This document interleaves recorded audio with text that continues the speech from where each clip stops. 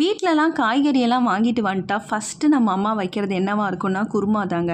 ஏன்னா first day நம்ம எல்லா வெஜிடபிள்ஸும் வச்சுருப்போம், அதனால் செய்வோம். இதில் என்ன ஸ்பெஷல் அப்படின்னாக்கா எல்லா வெஜிடபிளும் போட்டால் தாங்க அது குருமா. No compromise. வெஜிடபிள்னால் எல்லா வெஜிடபிள்ஸும் இருக்கணும் அப்படின்னா தான் அந்த குருமாவுக்கு வந்து ரொம்பவே வந்து சிறப்பு. ஸோ அந்த வகையில் இன்றைக்கி நான் ஒரு டிஃப்ரெண்ட்டாக ஒரு குருமா வச்சுருக்கேன். கண்டிப்பாக சொல்கிறேங்க, ட்ரஸ்ட் மீ, இது அவ்வளோ டேஸ்ட்டாக இருக்கும். வாங்க எப்படி செய்கிறதுன்னு பார்ப்போம். ஸோ இந்த குருமாவுக்கு தேவையான பொருட்கள் பாருங்கள். There is no compromise. நல்லா தெரிஞ்சுக்கோங்க, இதில் இருக்க அத்தனை வெஜிடபிளுமே நான் போடணும். ஸோ வீட்டில் இது இல்லை அது இல்லைன்னா தயவுசெய்து இந்த குருமா செய்யாதீங்க. ஸோ என்னென்னா கேரட், பீன்ஸு, பச்சை பட்டாணி, அப்புறம் உருளைக்கிழங்கு, காலிஃப்ளவர் இது எல்லாமே எடுத்திருக்கேன். அண்ட் காலிஃப்ளவர் மட்டும் தனியாக பாயில் பண்ணியிருக்கேன். ஸோ இதெல்லாம் ஃபஸ்ட்டு பாயில் பண்ண வச்சுட்டு அதுக்கப்புறம் இன்க்ரீடியன்ட் வந்து பாருங்கள். வெங்காயம், தக்காளி, இஞ்சி, பூண்டு, காஞ்ச மிளகாய். ஸோ இப்போது வெங்காயம் வந்து பார்த்திங்கன்னா 2 வெங்காயம் எடுத்திருக்கேன், 2 தக்காளி எடுத்திருக்கேன்.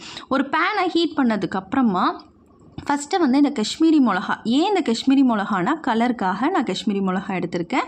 ஸோ அதனால் ஒரு 3 எடுத்திருக்கேன். ஜென்ரலாக வந்து பார்த்திங்கன்னா காஷ்மீரி மிளகாவில் காரம் ரொம்ப இருக்காது, கலர் மட்டும்தான் இருக்கும். ஸோ அதனால் வந்து ஃபஸ்ட்டு ஒரு 2க்கு பதிலாக நான் 3 எடுத்திருக்கேன், காரம் வேணுன்றதுக்காக. ஸோ எண்ணெயில் வந்து இஞ்சி வந்து பார்த்திங்கன்னா ஒரு 2 துண்டு, பூண்டு வந்து ஒரு 4 துண்டு எடுத்திருக்கேன். ஸோ இது கூட 3 காஞ்ச மிளகா, அதாவது காஷ்மீரி மிளகா போட்டு நல்லா ரோஸ்ட் பண்ணிகிட்டு இருக்கப்பவே ஒரு அரோமா கிடைக்கும். அதோட பயங்கர அரோமா எதில் கிடைக்கும் அப்படின்னா பெருஞ்சீரகம் தாங்க. இந்த ஒரு ஸ்பூன் பெருஞ்சீரகம் போட்ட உடனே ஒரு ஸ்மெல் வரும் பாருங்கள், வேறு லெவலில் இருக்கும். ஸோ இது கூட வந்து பார்த்திங்கன்னா 2 வெங்காயம், 2 தக்காளி நம்ம அரைக்க போகிறோன்றதுனால நான் பெருசாகவே வந்து கட் பண்ணியிருக்கேன். இதை வந்து பார்த்திங்கன்னா நல்லா வந்து வதங்கினதுக்கப்புறமா இந்த மாதிரி ஒரு பவுலில் வச்சு ஆற விட்டுருங்க. நல்லா ரெஸ்ட் பண்ணதுக்கு. ஸோ அதை ரெஸ்ட் பண்ணுறதுக்காட்டியும் நம்ம குருமாவுக்கு தேவையான மசாலா அரைச்சிடலாம். தேங்காய் எடுத்துக்கோங்க. தேங்காயில் இருக்க பின்னாடியெல்லாம் சுரண்டி எடுத்துக்கிட்டிங்கன்னா நல்ல வெள்ளை வெள்ளைன்னு கடையில் இருக்கிற மாதிரியே சூப்பராக இருக்கும். ஸோ அதனால் வந்து பாருங்கள், இது கூட வந்து ஒரு அரை ஸ்பூன் வந்து சோம்பு, 4-5 பல் வந்து முந்திரி எடுத்திருக்கேன். இதை மட்டும் தனியாக அரைச்சிக்கோங்க. இது வந்து ஹோல் ஸ்பைசஸ் என்னென்னா நம்ம தாளிக்க போகிறோம் திரும்ப. ஸோ நான் கோகனட் ஆயில் தான் எடுக்கிறேன். ஸோ இது வந்து ட்ரெடிஷ்னல் டிஷ்ன்றதுனால கண்டிப்பாக இந்த கோகனட் ஆயில் தான் நல்லாயிருக்கும். இதுலேயும் எந்த ஒரு காம்ப்ரமைஸும் கிடையாது. இந்த மாதிரியே ட்ரை பண்ணுங்கள், கண்டிப்பாக டேஸ்ட்டாக இருக்கும். ஸோ நல்லா கொஞ்சமாக, அதாவது ஒரு 2-3 ஸ்பூன் அளவுக்கு வந்து தேங்காய் எண்ணெய் விட்டுருக்கேன். ஹீட் ஆனதுக்கப்புறமா 4 ஏலக்காய், 2 பட்டை, ஒரு 4 கிராம்பு, ஒரே ஒரு பே லீஃப் எல்லாத்தையும் வந்து போட்டிருக்கேன்.